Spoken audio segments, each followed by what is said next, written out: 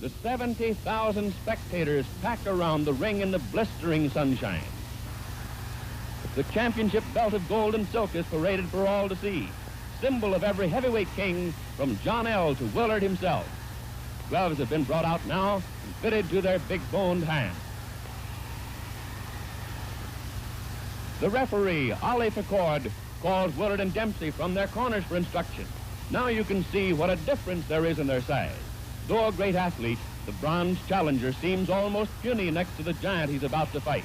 They listen quietly, almost without interest, to a story they know by heart. Sweat beading shoulders and forehead. The crowd waits tensely. Who'll win? Willard with his fine jab and smashing uppercut, or Dempsey with his speed and the best left hook of all time? Round one coming up. The timekeeper jerks his bell cord. Somehow it jams, and Willard doesn't hear the faint sound over the excited yelling. He pauses, looks around, puzzled, doubtful. Say, what's going on around here anyhow? Where's the bell? There it is. So the big fight begins, and Big Jess moves easily into action. The mahogany-hued Dempsey circles, moving in and out with cat-footed quickness. The champion wants to keep Jack at long range with his poking left jab, but Dempsey won't let him do it. He's never still for an instant, bobbing and weaving around. It looks like a test of speed against power, and Willard has no chance to get set against Dempsey's speed. At such a pace, there's a lot of missing and a lot of clinching. It's bound to be that way, but it's only a warm-up so far. Each is trying to figure out the other's defense, to open him up, nail him with a punch. The challenger crowd keeps on crowding. The instant he's in the open, he moves back again. His left whips in tirelessly and often. The blows miss or graze Willard. Dempsey hasn't the range yet. Jess holds whenever he can, but that's Jack's meat. Nobody's strong enough to tie him up for long, and trying to hit him is like trying to hit a sunbeam that moves away. Dempsey's hands are in motion all the time.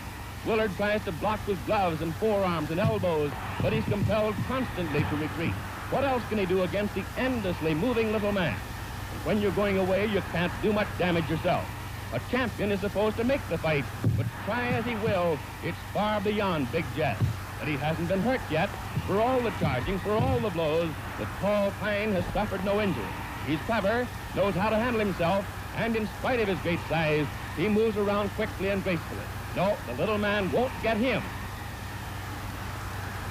They maneuver around the center of the ring. Now watch. There's that big left, and Willard's down.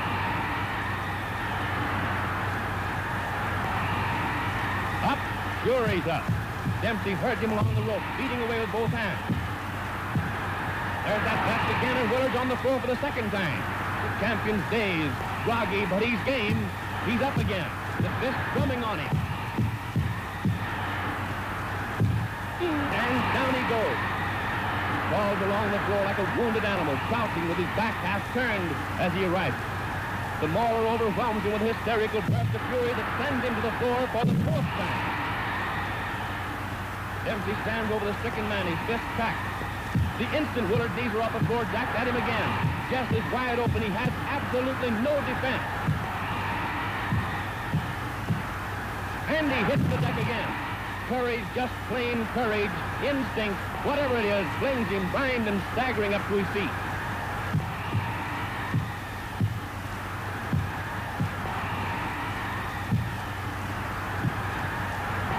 Willard reels around the ring, powerless, with Dempsey pumping rights and lefts into him. Clear across the opposite corner, and there he's taking it again. How can the man stand it? And there he falls, his gloved hand feeling for the rope, trying to hold himself up.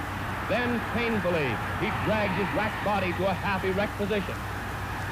But a right smashes into his side. Other rights crash to the head, and Willard collapses into a sitting position, dazed and helpless, after the most murderous beating a man ever took in the ring. And there's the bell. But no one hears it. Dempsey turns away. He seems doubtful, puzzled. Turns and others rush jubilantly into the rope square. It's all over. The quickest heavyweight knockout on record. Jack hurries out of the ring to avoid the crowd. But the timekeeper and referee Ollie Picord are yelling that it's not over. The bell had sounded before Big Jess was counted out. Where is the challenger anyway?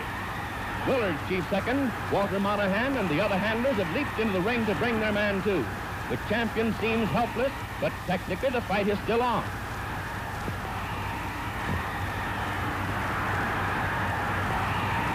Doc turns, rushes to the rope. Jack, hey, Dempsey, come back, come back.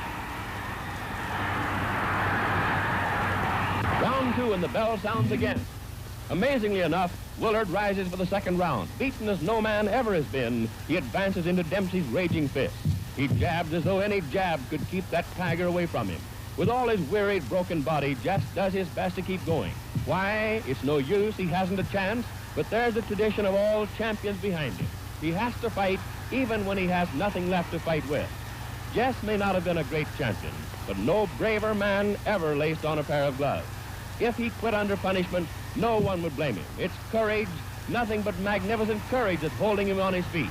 No matter what he does, he can't get away from that tiger who's stalking him. His arms and legs are heavy with exhaustion. Salt sweat burns the gashes Dempsey's fists have opened. When Jack bores in and hits him, drives him around the ring, he can't muster enough strength for a dangerous punch in return. The seconds and minutes are ticking by faster and faster. There isn't much time left in the round. If he's to get his KO before the bell rings, he'll have to do it in a hurry. But Willard's only thought is to protect himself, and weak and tired as he is, it's no cinch to get him set for the finishing punch, even when he's driven helplessly back against the rope. He wobbles about and clinches, does his best to save himself from his relentless foe. There are only a few seconds remaining now. No chance for a finishing blow. It's too late. Mauler spins the champion around out there in the center of the ring. But there's the bell, and referee Picard sends his men to the corner. Back in just a moment. Round 3, and at the start of the third, there's no easing up in Dempsey's attack. His left hook still thunders. In the clinches, Willard is no longer strong enough to make even a pretense of blocking the uppercuts that shake and hurt him.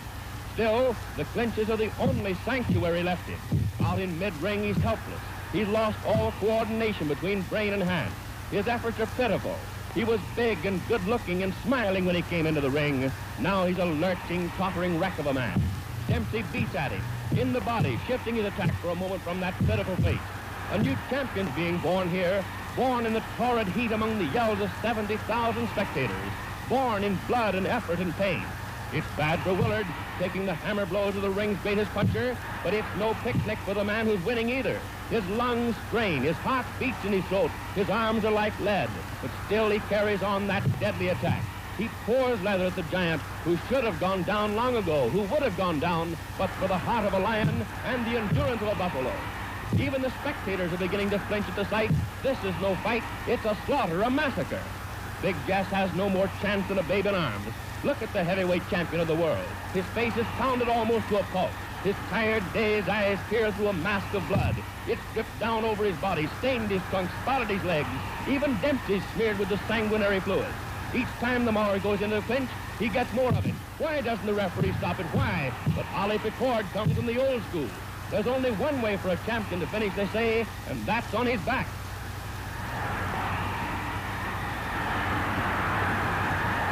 But the bloody, half-blinded Willard won't go down, not even when the tiring Dempsey's blows stagger and hurt him more and more. And again, the seconds are running out. The round's nearly over. And the impossible has happened again. Big Jess has lasted through this another murderous round with this roaring Dempsey.